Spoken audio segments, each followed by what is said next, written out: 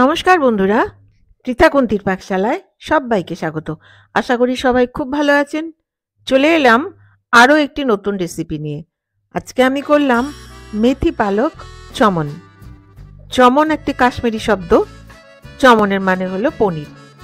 তাহলে চলুন আর দেরি না করে দেখিয়ে দিই এই সুস্বাদু আর এই অথেন্টিক রেসিপিটি আমি কি করে করলাম। তাহলে চলুন শুরু করি। এখানে আছে 165 গ্রাম মেথির শাক। নিচে শেকড়টা ফেলে দিয়ে ওপর পোর্শনটা, নরম পোর্শনটা নিয়েছি, ভালো করে ধুয়ে বেছে রেখেছি।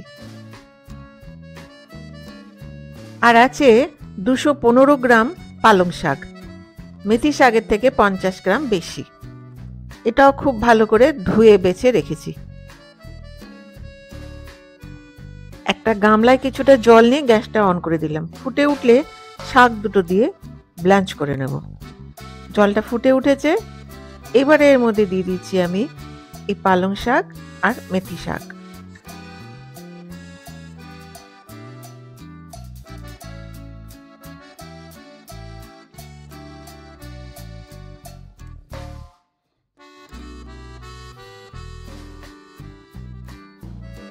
এইটা এবার জলের মধ্যে চুবিয়ে দিলাম। একবার ফুটে উঠলেই গ্যাসটা অফ করে দেবো।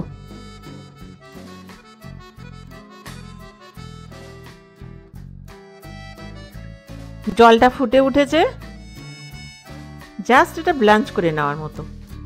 গ্যাসটা বন্ধ করে দিলাম, দিয়ে একটা প্লেটের মধ্যে তুলে নিচ্ছি। এটা ঠান্ডা হয়ে গেলে আমি বেটে নেব।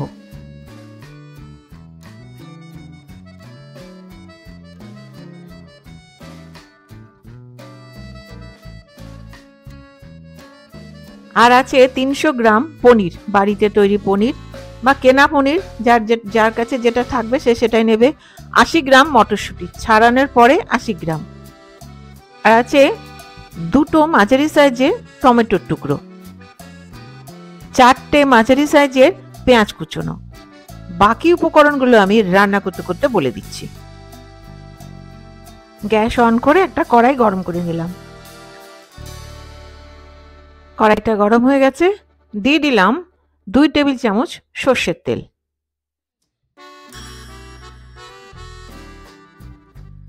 তেলও গরম হয়ে গেছে, ফ্লেমটা কমিয়ে দিলাম। দিয়ে দিলাম এবারে পনিরের টুকরোগুলো দিয়ে হালকা গোল্ডেন ব্রাউন করে ভেজে নেব।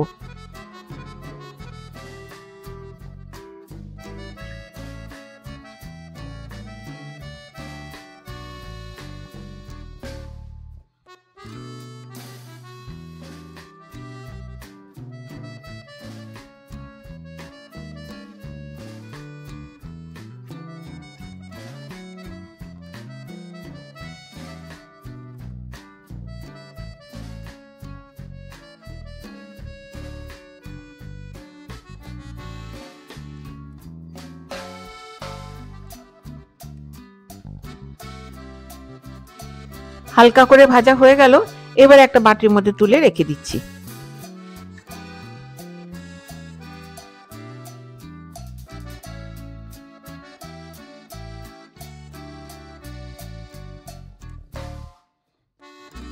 দিয়ে দিলাম আরও 1 টেবিল চামচ সর্ষের তেল। এবারে দিয়ে দিলাম পেঁয়াজ কুচনো দিয়ে ফ্লেমটা একটু বাড়িয়ে দিয়েছি, হালকা ব্রাউন করে ভেজে নেব। পেঁয়াজটা হালকা ব্রাউন হয়ে গেছে, এবারে দিয়ে দিচ্ছি টমেটোর টুকরো দিয়ে আরো 2 মিনিট আমি এটা নেড়ে নেব।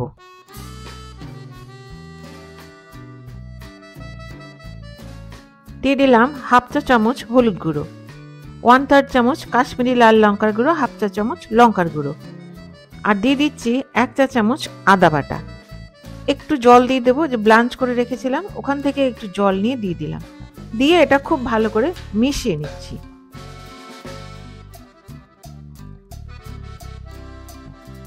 এক মিনিট মতো মিশিয়ে নিয়ে দিয়ে দিলাম মটরশুঁটিটা দিয়ে কিন্তু ভালো করে কষিয়ে নেব।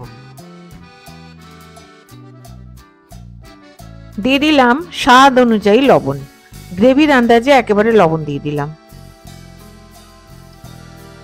দিয়ে দিলাম 1/4 চা চামচ গুঁড়ো চিনি, দিয়ে এটা প্রায় 4 মিনিট মতো আমি কষিয়ে নেব।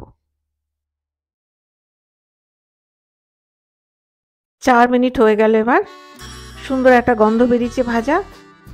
টমেটোটা নরম হয়ে গেছে। এইবারে আমি দিয়ে দেব বেটে রাখা শাক, পালং আর মেথি শাক ব্লাঞ্চ করে বেটে রেখেছিলাম সেইটা দিয়ে দিলাম। শাক বাটা পেস্ট,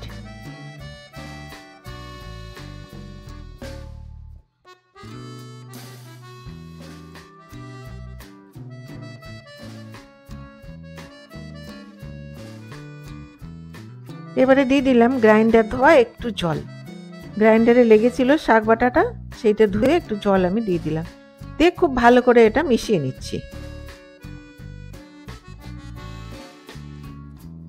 খুব ভালো করে মিশিয়ে নিয়ে দিয়ে দিলাম পনিরগুলো। পনিরটা দিয়েও আরও একবার খুব সাবধানে মিশিয়ে নিচ্ছি। এমন করে মেশাতে হবে যাতে পনিরটা ভেঙে না যায়। ফ্লেমটা একটু বাড়িয়ে দিয়ে আরও 2 মিনিট আমি এটা নেড়ে নেব, যাতে পনিরের টেস্টটা শাকের গ্রেভির সাথে মিশে যায়।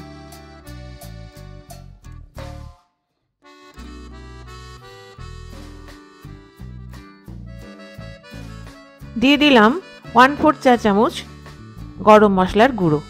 গরম মশলা গুঁড়োটা দিয়েও ভালো করে মিশিয়ে নেব। গরম মশলা গুঁড়োটা কিন্তু টোটালি অপশনাল, যারা পছন্দ করবে না তারা দেবে না। আর এর মধ্যে কসুরি মেথিও দেয়া যায়, দিতেই পারা যায়, যার যার পছন্দ সে সেই হিসেবে দেবে। গরম মশলা দেবে, নাহলে কসুরি মেথি দেবে, নিজেদের স্বাদ অনুযায়ী। এবারে দিয়ে দিচ্ছি 8টা চেরা কাঁচা লঙ্কা, দিয়ে আরও একবার নেড়ে নিচ্ছি। এমন করে নাড়বে যাতে পনিরগুলো ভেঙে না যায়। মেথি পালক চাউমিনটা বিভিন্নভাবে করা যায়। আজকে একরকমভাবে শেয়ার করলাম, পরে একদিন অন্যভাবে শেয়ার করব। রান্নাটা কিন্তু কমপ্লিট। গ্যাসটা বন্ধ করে দিলাম, ঢেকে 5 মিনিট রেখে আমি নামিয়ে নেব।